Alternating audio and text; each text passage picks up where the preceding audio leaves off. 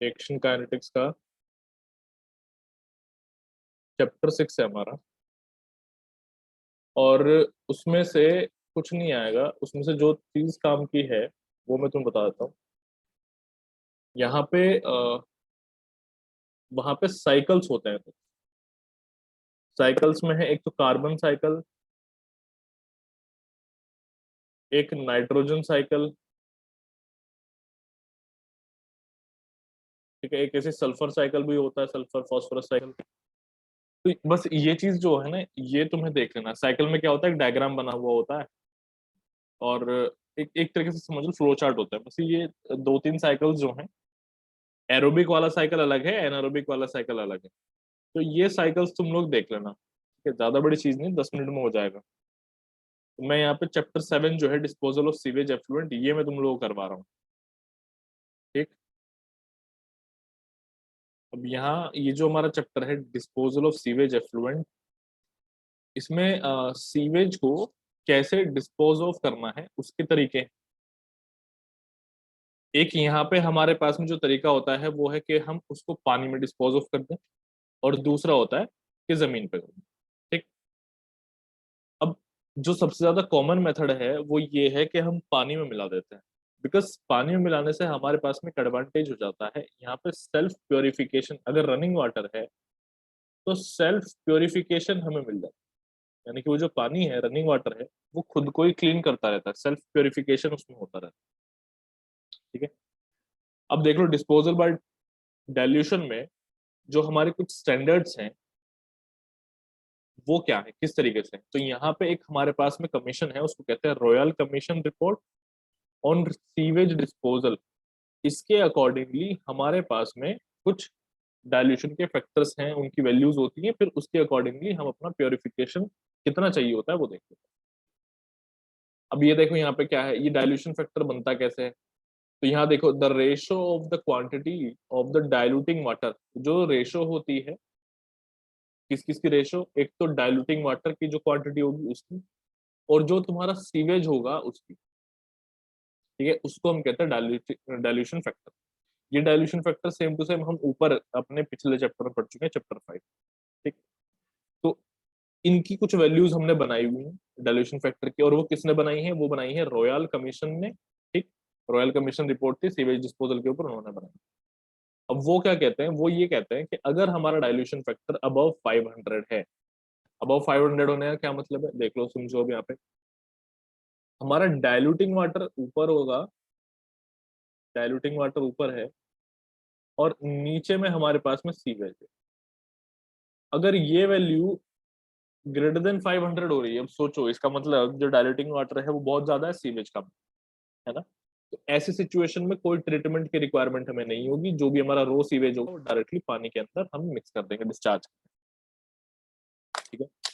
अब अगर हमारे पास में है 300 से 500 के बीच में हमारा डाइल्यूशन फैक्टर, इसका मतलब सीवेज बढ़ चुका है। अब उस सिचुएशन में हमें प्राइमरी ट्रीटमेंट जो है देना पड़ेगा, जैसे कि प्लेन सेडिमेंटेशन। ठीक।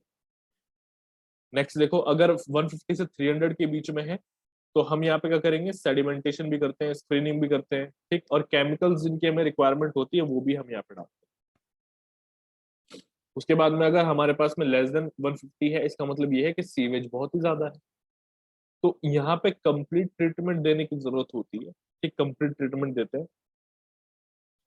और जो तुम्हारा सीवेज एफ्लुएंट है उसके अंदर जो सस्पेंडेड सॉलिड्स हैं वो 30 ppm से ज्यादा नहीं होना चाहिए। उसका 5 डे का जो बीओडी है वो 20 ppm से एक्सीड नहीं करना चाहिए। तो जो यहाँ पे पूछी जाएगी एग्जाम में वैल्यू, वो तो एक यहाँ पे बीओडी वाली पूछ लेगा वो। ठीक है, बाकी ये सब है, ये थोड़ा थोड़ा तुम लोग देखते हैं। ठीक, इतना इंपॉर्टेंट नहीं है, बहुत कम इंपॉर्टेंट है, लेकिन एक आध चीज आ सकती है। लाइक इसकी प्रोबेबिलिटी एग्जाम में आने की काफी कम है, लेकिन मैंने जितना देखा है ये समझ लो कि 10 में से 2 बार मैं इसके जो है 1 या 2 बार क्वेश्चन देख पाया। ये बीआईएस स्टैंडर्ड के हैं, disposal of sewage BIS standard सही है सब। यहाँ पे पैरामीटर है हमारे पास में बीओडी। डोमेस्टिक सीवेज के बारे में बात हो रही है कि अगर वाटर सोर्स में डिस्चार्ज करना हो। ठीक। ये इंडस्ट्रियल सीवेज है, अगर ये सरफेस वाटर पे या फिर पब्लिक सीवर में डिस्चार्ज करना हो तो क्या स्टैंडर्ड्स होंगे। ठीक है। तो बीओडी जो है वो 20 मिलीग्राम पर लीटर होना चाहिए। यहाँ पे 30 mg/L होना चाहिए, यहाँ पे 500 mg/L। तो इस तरीके से ये जो स्टैंडर्ड्स हैं ये तुम देख लेना। ठीक है, यहाँ पे आ जाओ, मैकेनिज्म ऑफ सेल्फ प्योरिफिकेशन ये क्या है, इसके ऊपर आता है सबसे ज्यादा क्वेश्चन, एंड ये है मोस्ट इम्पोर्टेंट। ठीक है, इसमें क्या होता है सेल्फ प्योरिफिकेशन में कि खुद से ही पानी जो है खुद को प्योरीफाई करना होता है। अब ये कहाँ कहाँ पूछा जा सकता है वो देख लो। एक तो ये मेंस में आएगा, 100% लिखने के लिए आ जाता है, शॉर्ट नोट्स में आता है, या फिर सारे के सारे स्टेप्स आ जाते हैं मेंस में लिखने के लिए। प्री में भी यहाँ से जो क्वेश्चन है वो बन जाते हैं। ठीक, तो मैकेनिज्म में हमारे पास में क्या क्या है, सबसे पहले तो dilution and dispersion, sedimentation, sunlight, biological oxidation, reduction. तो ये सब चीजें हमारे पास में मैकेनिज्म है यहाँ पे। मैकेनिज्म का मतलब है कि ये सब चीजों से सेल्फ प्योरिफिकेशन हो रहा है, ये सब चीजों से प्योरिफिकेशन हो रहा है। तो ये मेथड्स है। ठीक है, तो पहला है हमारे पास यहाँ डाइल्यूशन एंड डिस्पर्जन। तो ये बड़ा कॉमन है, डाइल्यूट कर देते हैं। ठीक, डिस्पर्स करते हैं यानी कि मिला देते हैं, डाइल्यूट कर देते हैं। उससे हमारा क्या होगा, सेल्फ प्योरिफिकेशन का।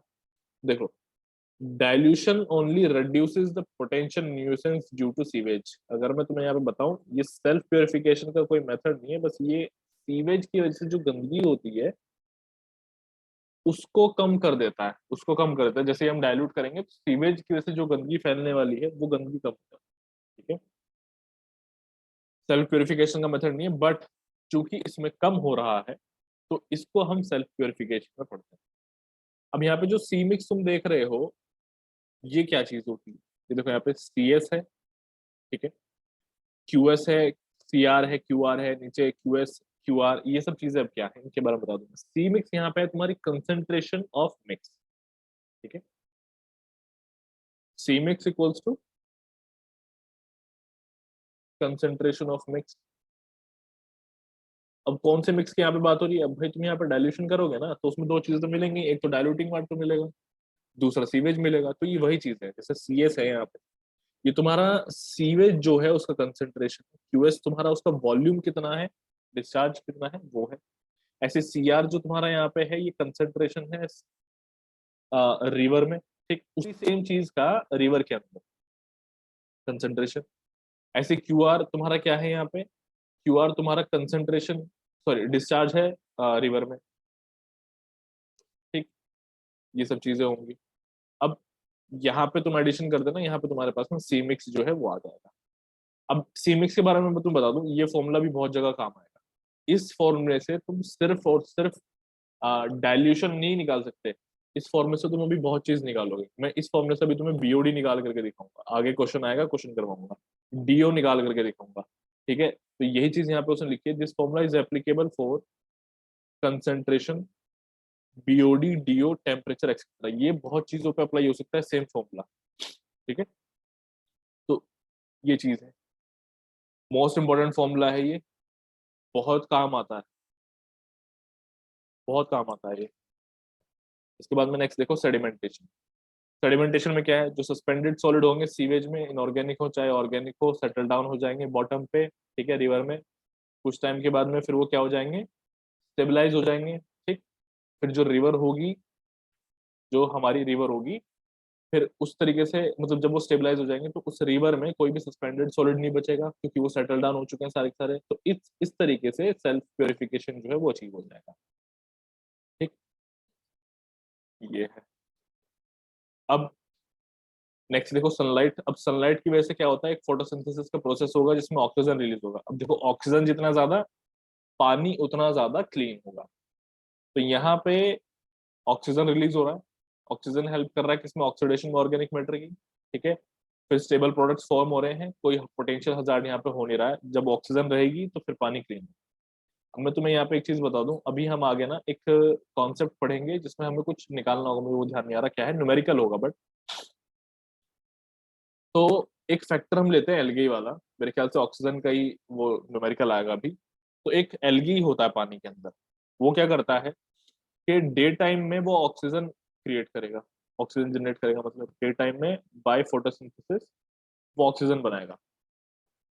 लेकिन रात में क्या होता है कि फोटोसिंथेसिस तो वो बनाएगा नहीं, और उसको सर्वाइवल के लिए चाहिए ऑक्सीजन। ठीक है, सॉरी मैं गलत बोल गया, फोटोसिंथेसिस बोल गया मैं, कि फोटोसिंथेसिस तो बनाएगा नहीं, ऑक्सीजन नहीं बनाए। ये दिन में एल्गी जो है ऑक्सीजन बना रहा है थ्रू दिस प्रोसेस फोटोसिंथेसिस, और रात को वो नहीं बनाएगा। तो अब होता क्या है, चूंकि उसे सर्वाइवल करना है, उसको खुद भी जिंदा रहना है, तो वो क्या करता है कि वो जो ऑक्सीजन उसने डे टाइम में बनाई थी ना, उसको वो खुद ही कंज्यूम कर लेता है। तो होता क्या है कि यहाँ पे एल्गी की वजह से जो ऑक्सीजन का एक तरीके से यहाँ पे क्वांटिटी है, वो हम नेग्लेक्ट कर देते हैं ड्यू टू एल्गी, कि भैया एल्गी जो है कुछ इफेक्ट डालता नहीं है।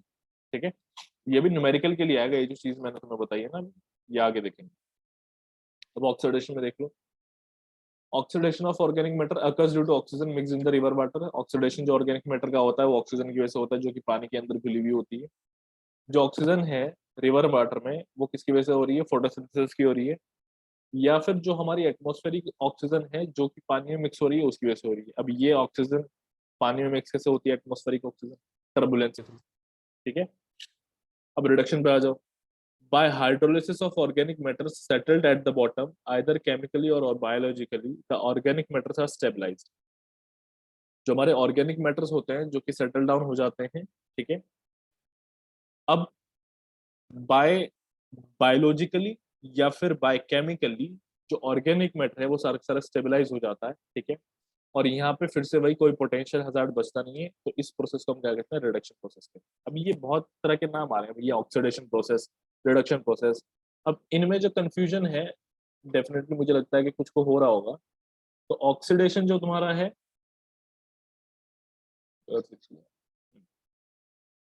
ऑक्सीडेशन प्रोसेस जो तुम्हारा है, और ऐसे ये जो रिडक्शन प्रोसेस तुम्हारा है, ये तुम्हारा केमिस्ट्री का है।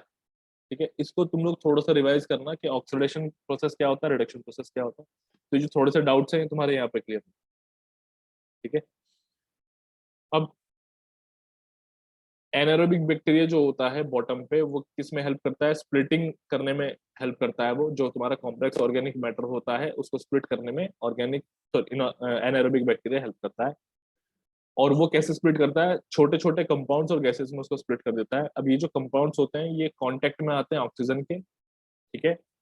जब ये ऑक्सीजन के कांटेक्ट में आते हैं तो वो स्टेबलाइज हो जाते हैं। तो ये तरीका है कि ये कैसे करता है। ये जो ऊपर तुमने देखा ना, यहाँ पे ये वाला रिडक्शन वाला, तो ये कंप्लीट एक्सप्लेनेशन यहाँ पे है कि ये कैसे काम करता है, इसका एक्सप्लेनेशन। ठीक, जो फैक्टर्स हैं जिनके ऊपर तुम्हारा प्योरिफिकेशन डिपेंड करता है, वो कुछ यहाँ पे 5 फैक्टर्स हैं, जैसे कि temperature, turbulence, amount and type of organic matter, hydrography of river, और रेट ऑफ रीएरिएशन। तो ये चीजें हैं जिनके ऊपर तुम्हारा सेल्फ प्योरिफिकेशन या फिर प्योरिफिकेशन डिपेंड। तो अभी हम इनको भी देखें। अब यहाँ पे क्या है, टेम्परेचर वाले को देखो पहले। तो जो तुम्हारा इंक्रीज होता है टेम्परेचर में, उसकी वजह से डीओ जो है वो कम हो जाता है, ठीक है। ये चीज के बारे में हम लोग जानते भी हैं कि टेम्परेचर जैसे बढ़ेगा तो डीओ कम हो जाएगा। यहाँ पे एक चीज और मैं बता दूं तुम्हें, नोट्स जब तुम बनाओगे तो हो सके बहुतों से तो नोट्स बनाने आते होंगे, और कोई ऐसा भी होगा जिससे नोट्स बनाने नहीं आते। तो इतना सारा स्टेटमेंट लिखने की जरूरत नहीं है तुम्हें। क्या काम की चीज करनी है, बस इतना सा लिखना है। जैसे मैंने ये बनाया ना, मैंने कंक्लूजन निकाला कि टेम्परेचर बढ़ा तो डीओ कम हो गया। तो इस तरीके से अपना टाइम भी सेव करना, और नोट्स जो है वो तुरंत देख करके समझ में आनी चाहिए, ऐसे बनाना चाहिए। ऐसे टर्बुलेंस देख लो, यहाँ पे टर्बुलेंस बढ़ता है तो ऑक्सीजन के जो पानी के अंदर कंसेंट्रेशन है वो भी बढ़ जाता है। तो यहाँ पे डीओ कर लो, वो भी बढ़ जाता है। Amount and type of organic matter, अभी ये देखो ये जरूरी है, जितना ज्यादा तुम्हारा ऑर्गेनिक मैटर, डीओ जो होगा, डिजॉल्व ऑक्सीजन जो होगा, वो कम होना शुरू हो जाएगा। ठीक है, टाइप ऑफ ऑर्गेनिक मैटर ये भी बहुत बड़ी चीज है। इसके बारे में तो खैर तुम कुछ कह नहीं सकते कि किस तरह का ऑर्गेनिक मैटर कितना ऑक्सीजन कंज्यूम करता है। तो some compounds can be easily oxidise, कुछ कंपाउंड जो होते हैं वो इजीली ऑक्सीडाइज हो जाते हैं, और कुछ को लगता है टाइम, ठीक है। तो यहाँ पे जो प्योरिफिकेशन है वो क्या होता है, स्लो होता है और फास्ट होता है। तो जो तुम्हारा प्योरिफिकेशन है वो क्या होता है, स्लो होता है और फास्ट होता है। वो डिपेंड करता है किसको, ऑर्गेनिक, जैसे कि मैंने यहाँ पे बताया ऑर्गेनिक मैटर के बारे में तुम कह ही नहीं सकते। अब देख लो नेक्स्ट, हाइड्रोग्राफी ऑफ रिवर। इसमें क्या होता है कि अगर तुम्हारी रिवर हायर वेलोसिटी से चल रही है और लार्ज सरफेस एरिया है, तो फिर वहां पे ग्रेटर टर्बुलेंस होगा और ग्रेटर डाइल्यूशन होगा सीवेज का। तो यहाँ पे सेल्फ प्योरिफिकेशन जो है वो बहुत ज्यादा होगा और अच्छा होगा, ठीक है। इस चीज को समझना, जितना ज्यादा एरिया उतनी ज्यादा, और जितना वेलोसिटी ज्यादा, जितना एरिया ज्यादा, उतना टर्बुलेंस यहाँ पे क्रिएट होगा, उतना यहाँ पे एयर के कांटेक्ट में आएगा तुम्हारा सीवेज, उसको उतना ज्यादा एयर मिलेगा। ठीक है, प्योरिफिकेशन यहाँ पे अच्छा है। रेट ऑफ रीएरिएशन, तो अगर रीएरिएशन का मतलब क्या है, देखो फिर से उसको ऑक्सीजन देना या फिर एयर देना। ठीक है, तो जितना यहाँ पे रीएरिएशन का रेट ज्यादा होगा, तुम्हारा जो सेल्फ प्योरिफिकेशन है वो भी ज्यादा होगा। साफ साफ वही चीज लिखी है। इसको तो हम देख के समझ सकते हैं। अब यहाँ पे आ जाते हैं zone of pollution in river stream. ये है इंपॉर्टेंट, मेंस के एग्जाम के पॉइंट ऑफ व्यू। ठीक, इसमें प्री में भी एक दो छोटी छोटी चीजें पूछ सकता है, जैसे कि जोन ऑफ डिग्रेडेशन क्या होता है, कब आता है, जोन ऑफ रिकवरी कब आता है, या फिर zone of activation active decomposition कब आता है। इस तरह की चीजें पूछ सकता है। या फिर डिजोल्व ऑक्सीजन 40% कहाँ पे होता है, तो डिजोल्व ऑक्सीजन जो 40% है वो जोन ऑफ तुम्हारा एक्टिव डिकम्पोजिशन पे होता है। ठीक है, ये सब चीजें वो तुमसे पूछ सकता है यहाँ पे। मतलब यहाँ पे हो जाता है ये जो तुम्हारा जोन ऑफ डिग्रेडेशन है, यहाँ पे खत्म होते होते वो 40% डिजोल्व ऑक्सीजन हो जाता है, और उससे कम हो जाता है यहाँ पे जोन ऑफ एक्टिव डिकम्पोजिशन। थोड़ा सा मैं गलत कर दिया था। चलो अभी देखो, यहाँ पे पहले इस डायग्राम को ही समझ लो। यहाँ पे तुम्हारा डीओ है, डिजोल्व ऑक्सीजन है वर्टिकल एक्सिस पे। ये सैचुरेशन डिजोल्व ऑक्सीजन है, यानी कि मैक्सिमम वैल्यू है। ये 40% डिजोल्व ऑक्सीजन है। फिर यहाँ पे राइट साइड में अगर तुम देखोगे, ये जो डिस्टेंस लिखा है ना यहाँ पे, डिस्टेंस, ये जो यहाँ पे लिखा हुआ है डिस्टेंस अलोंग टाइम, ये क्या है, इसको थोड़ा समझा देता हूँ। इसको ऐसे समझो कि ये रिवर बेड है। ठीक है, और इस रिवर बेड पे, यहाँ पे ऐसे रिवर जो है तुम्हारी फ्लो हो रही है। ये तुम्हारी रिवर फ्लो हो रही है, इस तरीके से ये रिवर फ्लो हो रही है। तो ये कुछ डिस्टेंस है। यहाँ पे सपोज करो कि तुमने यहाँ पे सीवेज ऐड किया, सीवेज तुमने यहाँ ऐड किया इस जगह पे। तो होता क्या है कि कुछ, चूंकि पानी का फ्लो ऐसे जो मैंने एरो बनाया हुआ है, तो सीवेज जो है यहाँ आएगा, फिर ऐसे आएगा, ऐसे आएगा, मतलब सीवेज आगे की तरफ बढ़ेगा ना। तो ये क्या है, ये वो डिस्टेंस बता रहा है। ठीक है, कि चूंकि वो आगे बढ़ रहा है सीवेज, तो वो डिस्टेंस बता रहा है कि कहाँ तक सीवेज तुम्हारा प्योरीफाई हो जाएगा, कितने डिस्टेंस में। तो ये जो तुम्हारा है, ये डिस्टेंस अलोंग द टाइम का ग्राफ है हर एक रिवर। तो सबसे पहले क्या है, तुम्हारा साफ पानी है, तुमने इस जगह पे जो तुम यहाँ पे देख सकते हो, यहाँ पे तुमने सीवेज ऐड कर दिया। जैसे ही तुमने यहाँ पे सीवेज ऐड किया, तो ये क्या हुआ कि इसका जो सेचुरेशन डिजोल्व ऑक्सीजन है वो कम होना शुरू हो गया। यहाँ पे देखो ऐसे। तो ये, इसको हम कहते हैं जोन ऑफ डिग्रेडेशन। क्यों? क्योंकि यहाँ पे डिग्रेड हो रहा है, जो तुम्हारा ऑक्सीजन है वो डिग्रेड हो रहा है। फिर क्या होता है, यहाँ पे जैसे जोन ऑफ डिग्रेडेशन खत्म होता है, तो यहाँ पे उसके पास में 40% डिजोल्व ऑक्सीजन बच जाता है। अब उसके नीचे जब जाता है, तो उसको हम कहते हैं जोन ऑफ एक्टिव डिकम्पोजिशन। इस जोन ऑफ एक्टिव डिकम्पोजिशन में क्या होता है, 40% से भी कम तुम्हारा डिजोल्व ऑक्सीजन बचता है। अब यहाँ पे एक्टिव डिकम्पोजिशन में क्या हो रहा है, यहाँ पे बैक्टीरिया वगैरह काम कर रहे हैं, नीचे सेटल डाउन हो रहा है तुम्हारा ये सारा का सारा। तो यहाँ से फिर बाद में रिकवरी होनी शुरू होती है। तो जब यहाँ से 40% से दोबारा ऊपर जाना शुरू करता है, ठीक है, तो इसको हम कहते हैं zone of recovery. And then ultimately zone of recovery के बाद में हमें मिल जाता है अपना क्या, क्लियर वाटर मिल जाता है। ठीक है, अब देखो जैसे यहाँ पे इस वाले के लिए लिखा है, ये जो तुम, ये वाला कर्व मैंने अभी रेड से मार्क किया है, उसके आगे लिखा है ना डीओ सैग कर्व। तो अभी एक सैग कर्व आगे भी आने वाला है, उसको भी थोड़ा सा हम देखेंगे। ठीक है, वो है डिजोल्व ऑक्सीजन का सैग कर्व। अभी तक फिलहाल शायद तुम्हें इतना तो समझ में आ गया होगा जो मैंने यहाँ पे बताया। ये जो जोन्स हैं ये काफी इंपॉर्टेंट है। ठीक, इन जोन्स को समझना। अब यहाँ पे जोन ऑफ डिग्रेडेशन में क्या है, देखो कुछ डिस्टेंस तक मिलता है, ये सब चीजें छोड़ दो। ये डीओ जो है ये अप टू 40% तक रिड्यूस हो जाता है। वाटर जो होता है तुम्हारा डार्क होता है, टर्बेट होता है। जो तुम्हारा एल्गी होता है वो मर जाता है, और जो पॉपुलेशन होती है फिश की वो भी कम होनी शुरू हो जाती है। ठीक है, जोन ऑफ डिग्रेडेशन। इसके बाद में आता है तुम्हारा जोन ऑफ एक्टिव डिकम्पोजिशन। ये वो है जहाँ पे हैवी पॉल्यूशन तुम्हारा होगा, वाटर जो है वो एकदम डार्क हो जाएगा, जोन ऑफ डिग्रेडेशन से भी ज्यादा डार्क हो जाता है। डीओ जो है वो इवन जीरो तक हो जाता है। यहाँ पे सारी मछलियां जितनी भी फिशेज होती है वो डिसअपियर हो जाती है। यहाँ पे जो अपर एंड लिखा है, एट अपर एंड, इसको थोड़ा सा मैं करेक्शन करता हूँ, इसका मतलब है अपस्ट्रीम। जो यूएस लिखा है ये है अपस्ट्रीम, यानी कि अपस्ट्रीम एंड पे एनएरोबिक बैक्टीरिया जो तुम्हारा है वो रिप्लेस कर देता है एरोबिक बैक्टीरिया को। ठीक है, अपस्ट्रीम एंड कहाँ है तुम्हारा, ये वाला जो तुम्हारा एंड है इधर का। जैसे जैसे तुम इधर को साइड में चलोगे, लेफ्ट साइड में, क्योंकि वाटर का फ्लो क्या है, ऐसे है ना, इस डायरेक्शन में वाटर का फ्लो। तो लेफ्ट साइड में तुम चलोगे तो तुम्हारा अपस्ट्रीम एंड है, राइट साइड में चलोगे तो डाउनस्ट्रीम एंड है। अब यहाँ पे ये कह रहा है कि जो तुम्हारा एनारोबिक बैक्टीरिया होता है वो रिप्लेस कर देता है एरोबिक बैक्टीरिया। इसका मतलब एनएरोबिक कंडीशंस जो है वो यहाँ पे क्या हो जाती है, डेवलप हो जाती है। सीधी सी बात है, अगर एरोबिक को वो रिप्लेस कर रहा है यानी कि ऑक्सीजन तो खत्म हो रहा है, तो यहाँ पे क्या हो रहा है कि तुम्हारा एनएरोबिक कंडीशंस डेवलप हो रही है। और ये कहाँ की बात हो रही है, देखो ये इसकी बात हो रही है, ये जो तुम्हारा जोन है ना, ये वाला जोन, जोन ऑफ डिग्रेडेशन, इसकी बात कर रहा है वो, कि यहाँ पे तुम्हारा एनएरोबिक बैक्टीरिया सेटअप हो जाता है। बिकॉज अभी हम जोन ऑफ एक्टिव डिकम्पोजिशन पे आ चुके हैं, तो उसके लिए अपस्ट्रीम एंड कौन सा है, ये वाला है, अपर एंड ये वाला है। तो वो इसकी बात कर रहा है कि यहाँ पे डेवलप हो जाता है एनएरोबिक कंडीशन। ठीक, अब देखो आगे। अब एनएरोबिक कंडीशन डेवलप हो जाएगा तो फिर गैसेस इवॉल्व होंगे, जैसे कि मीथेन, H2S, CO2, ये सब इवॉल्व होंगी। ठीक है, अगली स्कम्स जो तुम्हारे होंगे वो भी फॉर्म हो जाएंगे सरफेस पे। ठीक, और देखो, अच्छा यहाँ पे, यहाँ की मैं बात कर रहा हूँ, एनारोबिक कंडीशंस, थोड़ा सा मैं तुम्हें बता दूं, कंफ्यूज मत हो जाना तुम। एनारोबिक कंडीशंस यहाँ पे सेट हो जाती हैं और वो अल्टीमेटली यहाँ तक चलती हैं। यहाँ पे वो शुरू हुई और यहाँ पे वो प्रिवेल कर गई, ये है मतलब सारा का सारा। यहाँ पे शुरू होती है, यहाँ पे प्रिवेल कर जाती है। तो यहाँ जोन ऑफ एक्टिव डिकम्पोजिशन पे तुम्हारी गैसेस जो है वो आनी शुरू हो जाती है।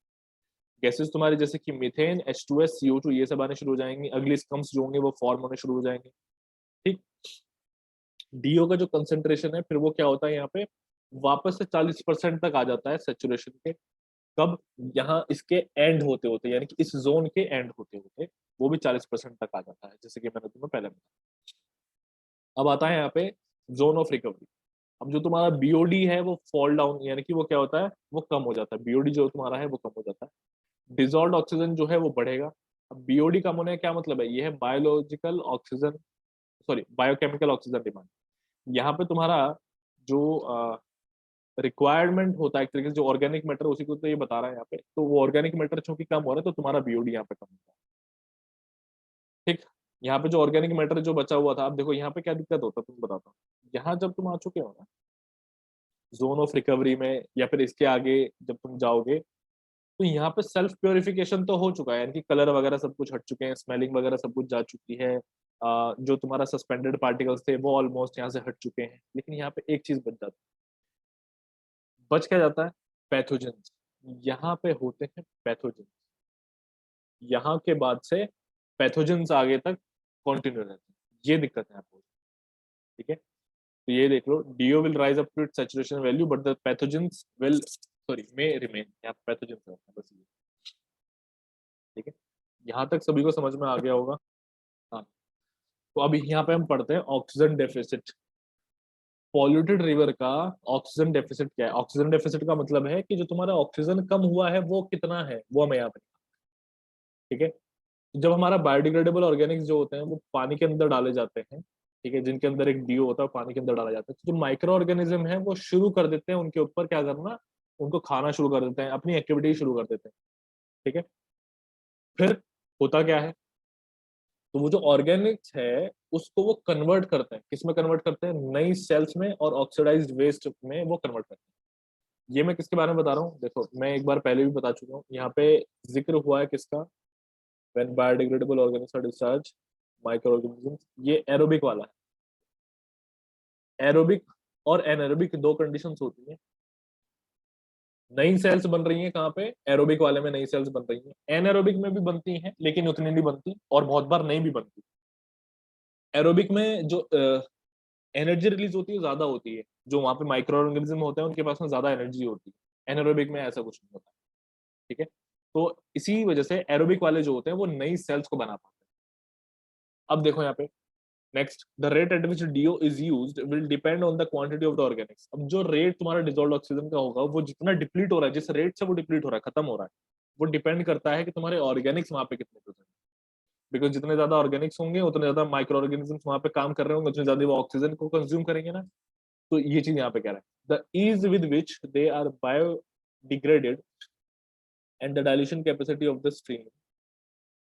ठीक है, अब देखो वो किस पर डिपेंड करता है, the DO that is used from stream must be replenished as otherwise anaerobic condition will develop। अब यहाँ पे क्या कह रहा है, ये कह रहा है कि जो डीओ जो तुम्हारा है जो खत्म हो चुका है, इसको हमें क्या करना है, वापस से मेंटेन करना है, उतना है रिप्लेनिश करना है, उसको रिकवर कर लेना है, नहीं तो एनारोबिक कंडीशंस डेवलप हो जाएंगे। उसके लिए हमारे पास में दो मेथड्स होते हैं, यानी कि ऑक्सीजन को वापस से एक तरीके से रीडेवलप करने के लिए हमारे पास में दो मेथड्स होते हैं। एक होता है क्या, उसको हम कहते हैं रीएरिएशन, ये रहा यहाँ पे, dissolution of oxygen from atmosphere, यानी कि एटमोस्फेयर से ऑक्सीजन पानी के अंदर मिला देना, उसको कहते हैं रीएरिएशन। नेक्स्ट होता है ऑक्सीजन बनाना एल्गे फोटोसिंथेसिस से, ठीक, ये चीज होती है। अब देखो रीएरिएशन में पढ़ो, रीएरेशन हमारे पास at a particular temperature there is a maximum value of DO, एक पर्टिकुलर टेम्परेचर पे डीओ की एक मैक्सिमम वैल्यू होती है जो पानी के अंदर मिक्स रहती है। इस डीओ को ही हम क्या कहते हैं, सेचुरेशन डीओ कहते हैं, ठीक है, इसी को हम क्या कहते हैं, सेचुरेशन डीओ कहते हैं। दोबारा रिपीट कर देता हूँ कि एक पर्टिकुलर टेम्परेचर के अंदर एक मैक्सिमम वैल्यू होती है डीओ की, उसी मैक्सिमम वैल्यू को हम क्या कहते हैं, सेचुरेशन डीओ कहते हैं। यहाँ पे रिप्रेजेंट किया हुआ है छोटे सी एस, ये तुम देख सकते हो, ये सी एस से उसको रिप्रेजेंट किया हुआ है, ठीक। अब यहाँ पे हमें क्या निकालना है, ऑक्सीजन डेफिसिट निकालना है, कैपिटल डी से रिप्रेजेंट कर रहे हैं, कैसे निकालेंगे भाई, जो तुम्हारा सेचुरेशन डी है वो होगा, जो मैक्सिमम वैल्यू होगा, और जो तुम्हारा एक्चुअल डी होगा वो, तो यहाँ पे इस तरीके से हम अपना ऑक्सीजन डेफिसिट निकालेंगे। तो फॉर्मूला हो जाएगा D equals to C H minus C, ठीक। अब देखो, dissolved oxygen deficit is the driving force for reaeration. अब ये यहाँ पे क्या कह रहा है कि जो तुम्हारा ऑक्सीजन का डेफिसिट है वो तुम्हारा ड्राइविंग फोर्स बनेगा, यानी कि वो एक तरीके से रेस्पॉन्सिबल रहेगा रीएरिएशन। जितना ज्यादा तुम्हारा डेफिसिट होगा, तुम्हारा रेट ऑफ रीएरिएशन उतना ज्यादा होगा, ठीक है। ये चीजें ना नोट कर लेना, पी के पॉइंट ऑफ व्यू से ये अच्छी है। जैसे यहाँ पे मैंने बताया, the greater the deficit the greater is the rate of reaeration, ठीक। अब देख लो, अगर आर, आर ये यहाँ पे लिखा है आर आर, ऐसे स्मॉल आर और नीचे कैपिटल है, ये तुम्हारा रेट ऑफ रीएरिएशन, ठीक है।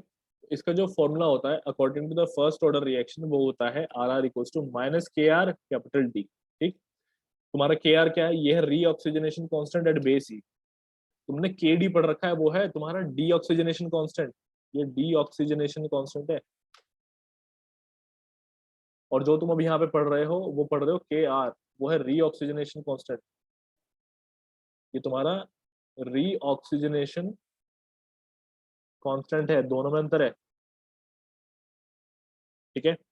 अब देख लो नेगेटिव साइन यहाँ पे इसने क्यों इंडिकेट किया, क्योंकि जो हमारा रेट ऑफ रिएरिएशन है वो बढ़ रहा है और जो ऑक्सीजन डेफिसिट है वो कम होता जा रहा है, ठीक है। यहाँ पे जो ऑक्सीजन डेफिसिट है वो क्या है, वो कम हो रहा है, यानी कि दोनों के दोनों अपोजिट डायरेक्शन में चल रहे हैं ना, इसलिए यहाँ पे नेगेटिव आया। अब देख लो नेक्स्ट, जो चीज मैंने जस्ट बताई थी एल्गी के बारे में, ऑक्सीजन का जो कंट्रीब्यूशन होता है रात में वो उसी को कंज्यूम कर लेता है, तो वो यहाँ पे नोट करके लिखा हुआ है, ठीक। आगे देख लो, अब रेट ऑफ ऑक्सीजन रिमूवल क्या है, यहाँ इस चीज में मैं तुम्हें बता दूं, अब जो ये टॉपिक यहाँ से शुरू हो रहा है, इसकी जो सबसे ज्यादा इंपॉर्टेंस है वो इंपॉर्टेंस है इंजीनियरिंग सर्विसेज के एग्जाम में, गेट के एग्जाम में। और अगर मतलब प्योरली, मैं प्योरली बता रहा हूँ, ईएससी और गेट में प्योरली इसकी इंपॉर्टेंस, जेई में तो नहीं पूछेगा बिकॉज ये टॉपिक ऐसा ही है, यहाँ पे फॉर्मूले वगैरह ऐसे ही हैं, जेई तक तो नहीं पूछेगा, हाँ एई तक पूछ सकता है बिकॉज ईएससी क्वेश्चन वहां पर रिपीट हो जाता है। अगर एई का पेपर हल्का सा उसको टफ करने का मन हुआ, देन डेफिनेटली वो यहाँ पे पूछेगा, और यहाँ पे न्यूमेरिकल पूछेगा इस फॉर्मूले के बेसिस पे, न्यूमेरिकल ही आएगा। ईएससी और गेट में भी न्यूमेरिकल आता है, यहाँ पे न्यूमेरिकल ही आएगा, तो उसको देख लो भी।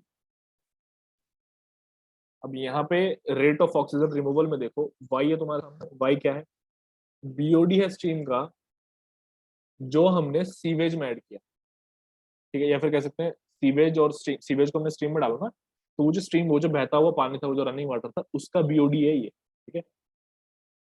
अब यहाँ पे D Y upon D T equals to D D upon D T है, यानी कि जो डिप्लीशन हो रहा है यहाँ पे उसके बीओडी का, किसके बीओडी का भैया, स्ट्रीम के बीओडी का, वो बराबर है किसके, जो तुम्हारा यहाँ पे ऑक्सीजन डिफिसिट का रेट है ना, उसके बराबर है, ठीक। एक तो काम की चीज ये है तुम्हारे लिए, यहाँ से प्री में वो एक जरूर क्वेश्चन बना सकता है।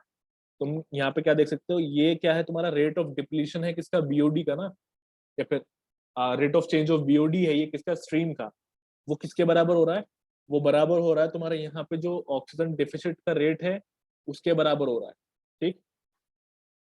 ये प्री में जरूर पूछ सकता है, ये स्टेटमेंट बना कर लेना।